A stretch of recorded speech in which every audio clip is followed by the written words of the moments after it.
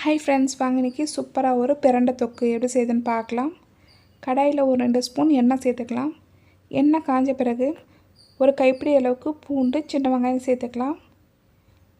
இது கூட பிரண்டையை நல்லா தோல் சீவிட்டு சின்ன சின்னதாக கட் பண்ணிவிட்டு சேர்த்துக்கலாம். காரத்துக்கு 10 வரமிளகாய், கொஞ்சமாக புளி, ஒரு துண்டு பெருங்காயம் சேர்த்துட்டு நல்லா வதக்கி விட்டுக்கலாம். அடுப்பை மீடியம் ஃப்ளேமில் வச்சுட்டு ஒரு 2-3 நிமிஷம் நல்லா வதக்கி விடுங்க. பிரண்டை நல்லா கலர் சேஞ்ச் ஆகணும்.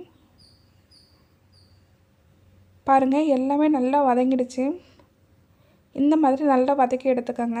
இப்போ இதை ஆஃப் பண்ணிவிட்டு கொஞ்சம் நேரம் ஆற விடலாம். பாருங்கள், வதக்கி வச்சுருந்தா எல்லாமே நல்லா ஆறிடுச்சு.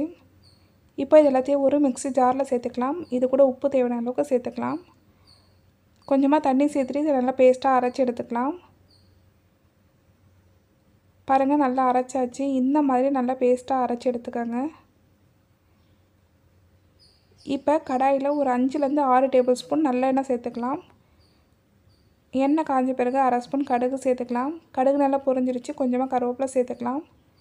கருவேப்பிலை நல்லா பொரிஞ்சிடுச்சு. இப்போ இதில் நம்ம அரைச்சி வச்சுருந்த பிரண்டை தொக்கு சேர்த்துக்கலாம். எண்ணெயிலேயே ஒரு 2-3 நிமிஷம் நல்லா வதக்கி விடுங்க. அடுப்பை லோ ஃப்ளேமில் வச்சு வதக்கி விடுங்க.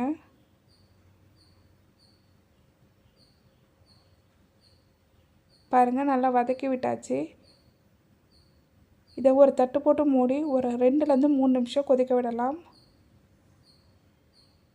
பாருங்கள், ஒரு 3 நிமிஷம் ஆகிருக்கு. நல்லா எண்ணெய் பிரிஞ்சு வந்திருக்கு. தொக்கு நல்லா திக்காகிடுச்சு. பாருங்கள், சூப்பரான நல்ல டேஸ்டியான பிரண்டை தொக்கு தயாராகிடுச்சு. இது இட்லி, தோசை, சப்பாத்தி, சூடான சாதம் எல்லாத்துக்கூட சூப்பராக இருக்கும். கண்டிப்பாக ட்ரை பண்ணி பாருங்கள். தேங்க்ஸ் ஃபார் வாட்சிங்.